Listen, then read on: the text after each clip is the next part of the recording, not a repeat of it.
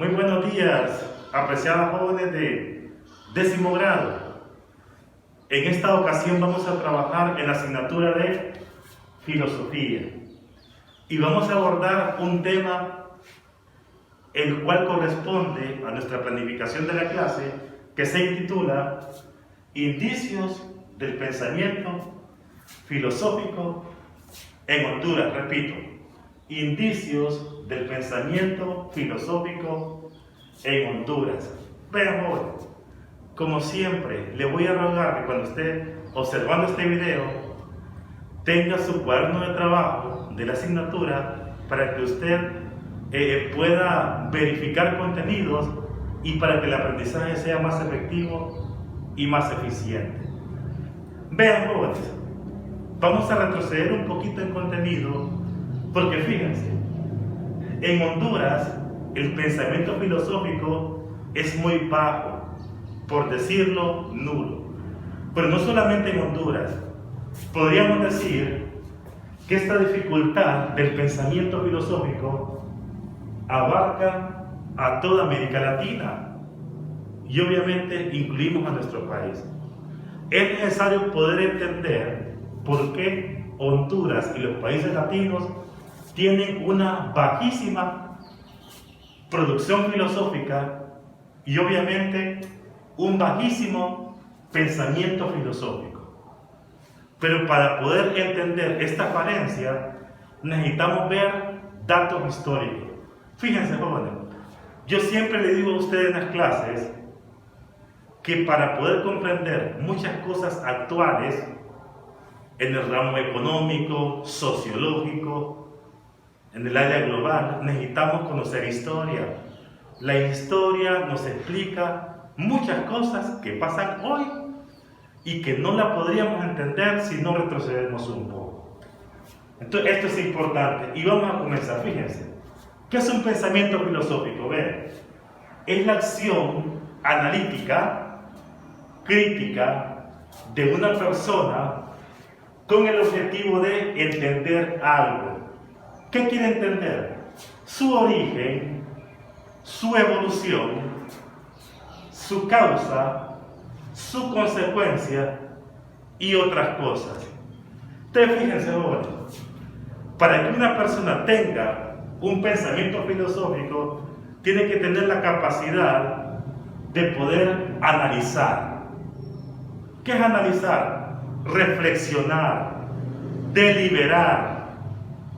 Y bajo ese análisis después puede criticar, modificar cosas.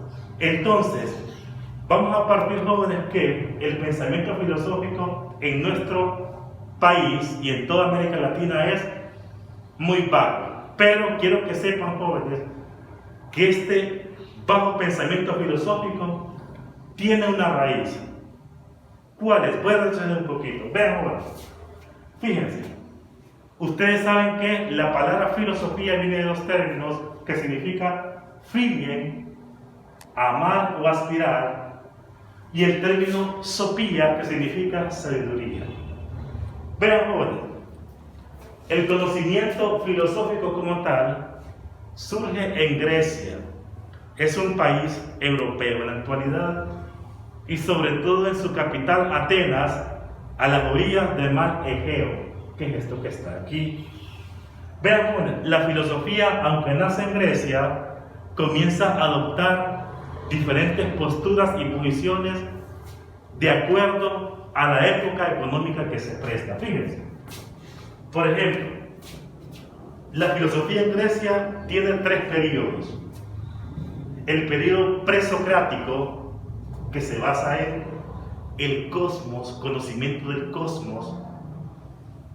El periodo clásico, que comienza a estudiar el hombre o el ser humano como centro de todo, por eso se llama antropocéntrico, y un periodo helenístico que comienza a analizar ya situaciones meramente materialistas y naturalistas. Vean, luego que la filosofía toma otro rumbo, comienza la filosofía patrística, que es la que se produce en los monasterios y en los seminarios religiosos de parte de sacerdotes de alto nivel en la organizacional. Luego separatístico, la filosofía se vuelve escolástica, que es donde la iglesia comienza a introducir otro tipo de conocimiento como geometría, aritmética, astronomía, y la filosofía se vuelve un poco más científica. Hasta llegar, jóvenes, a la filosofía moderna que la conocemos como hoy en día. En el Renacimiento, jóvenes, que básicamente aquí se da un acontecimiento que va a cambiar la vida de toda América. Descubrimiento, conquista y colonización.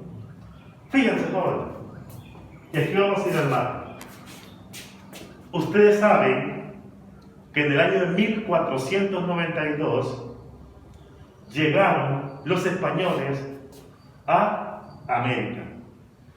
Pero no solamente llegaron españoles, vean, llegaron ingleses, llegaron portugueses, franceses y pobladores de Holanda o de Países Bajos. Entonces vean, jóvenes, este proceso de conquista se dio en nuestra América, pero recuerden ustedes, jóvenes, que aquí ya existía una cultura indígena. Aquí ya existían grandes civilizaciones, ¿como cuáles? Los incas, los mayas, los aztecas, por decir algo. Vean, jóvenes, todas estas civilizaciones antiguas americanas tenían una tradición literaria y filosófica muy bien establecida. Pero ¿qué es lo que sucede? Cuando los conquistadores llegan a América, prácticamente destruyen toda la producción literaria de estos pueblos. Entonces, se da una imposición. ¿Qué se impone? Se impone lenguas, se impone religión, se imponen costumbres, se imponen creencias, formas de vestir, formas de alimentarse y formas de pensar. Formas de pensar. Y para que esta imposición fuese más eficiente, los conquistadores comienzan a destruir la literatura prehispánica. Vean, jóvenes, de los mayas en la actualidad conocemos dos obras literarias importantes: el Popol Vuh y el Chilam Balam. Sin embargo, esta producción que tenemos en nuestras manos en este momento solo es una mínima parte de toda la producción literaria de estos pueblos. Entonces, cuando se destruye la literatura indígena, se destruye muchísimo de su tradición y por ende su cultura, y al final, jóvenes, América queda en el aire culturalmente hablando. Vean, jóvenes, aquí le llamamos cultura. Cultura es toda producción humana. Nosotros generalmente solemos creer que cultura solamente es danzas folclóricas, baile, música y comidas típicas. Eso solamente es una parte de la cultura. Recuerden ustedes, jóvenes, que hay una cultura tangible y una cultura intangible. Y el pensamiento filosófico surge de la cultura intangible. Y cuando toda esta cultura se pierde el pensamiento filosófico de una región o de un país, como sucedió con nosotros. Entonces, veamos, a partir de ello, la cultura europea, la forma de pensar europea, se impone y se instala en América. Por eso, cuando nosotros estudiamos filosofía, sociología, economía, antropología y la mayor parte de la ciencia, siempre escuchamos de autores europeos. Por ejemplo, en filosofía, usted escucha hablar de Tales de Mileto, de Anaximandro, de Anaxímenes, luego escucha hablar de Sócrates, de Platón, Aristóteles. Más adelante usted va a escuchar hablar de Voltaire, de Diderot, Montesquieu, Rousseau, y recientemente está escuchando hablar de Karl Marx, Friedrich Engels, Max Weber, Augusto Comte y muchos más. Todos ellos son europeos. Es muy difícil que usted escuche hablar de un filósofo, sociólogo y economista reconocido de origen americano. ¿Por qué? Ya lo dijimos. La cultura del pensamiento filosófico fue impuesto. Como América perdió toda su cultura y toda su producción literaria, entonces nosotros solamente replicamos la cultura europea en nosotros. Por eso el tema, jóvenes, es indicios de pensamiento. O sea, jóvenes, que Honduras no tiene filósofos hasta el momento, ni tan siquiera una teoría filosófica original propia. Solamente son lo que tenemos aquí, jóvenes, simplemente son réplicas o algún tipo de situaciones que se vuelven fotocopia o una copia de las teorías que surgen en Europa. Muy bien, jóvenes, continuamos con nuestro tema, indicios del pensamiento filosófico en Honduras. Y vean, en este fragmento del video nos vamos a concentrar en nuestro país. Ya dejamos atrás la visión global, ya dejamos atrás Latinoamérica y nos enfrascamos en Honduras. Pero, fíjense, Honduras como país desde el punto de vista filosófico e intelectual tiene un primer obstáculo: poco material histórico y cultural de carácter filosófico. Vean, pues, nosotros como país tenemos o hemos tenido muy poca producción intelectual. La cantidad de libros escritos son muy pocos como país, y al no tener una base cultural, tampoco tenemos una base intelectual que afecta nuestro punto analítico y crítico. Entonces, vean, en Honduras ha existido una negligencia. ¿Qué es ser negligente? Dejar de hacer algo. Eso es negligencia. Entonces, hay una negligencia en primera instancia del Estado. Vean, el Estado nunca se ha preocupado por producir o formar una tradición intelectual. En otras palabras, no ha intentado poder difundir aquella capacidad de las personas de producir ideas, de producir libros, producir textos, teorías. El Estado no ha tenido esa visión intelectual en la población. Negligencia de parte de los docentes. Nosotros los maestros hemos tenido una gran falencia, hemos errado mucho en este sentido. Vean, inculcamos solo situaciones memorísticas, prácticas, pero no inculcamos el análisis, la crítica, la reflexión y la deliberación. Entonces, estamos formando alumnos que trabajan mucho, que copian mucho contenido, pero no entienden lo que escriben. Y al final, son alumnos que sacan 100%, pero su nivel de reflexión, de análisis y de crítica es muy bajo. Entonces estamos formando alumnos con muy bajo pensamiento filosófico. Bajo pensamiento filosófico. Vean, negligencia de la población también. Fíjense, la población hondureña tiene una muy baja afición por la lectura. No nos gusta leer. Y cuando no nos gusta leer, provocamos muchos problemas como personas y como profesionales. Vean, tenemos un léxico bastante bajo, una capacidad analítica bastante pobre, y eso genera que, como no nos gusta la lectura, tampoco producimos libros. A nadie le gusta escribir libros, ni generales, ni temáticos. Entonces, si no leemos, va a ser muy difícil que nosotros podamos producir una obra filosófica como tal, porque tenemos esa falencia. Entonces, falencia del Estado, falencia de los docentes y falencia de la población.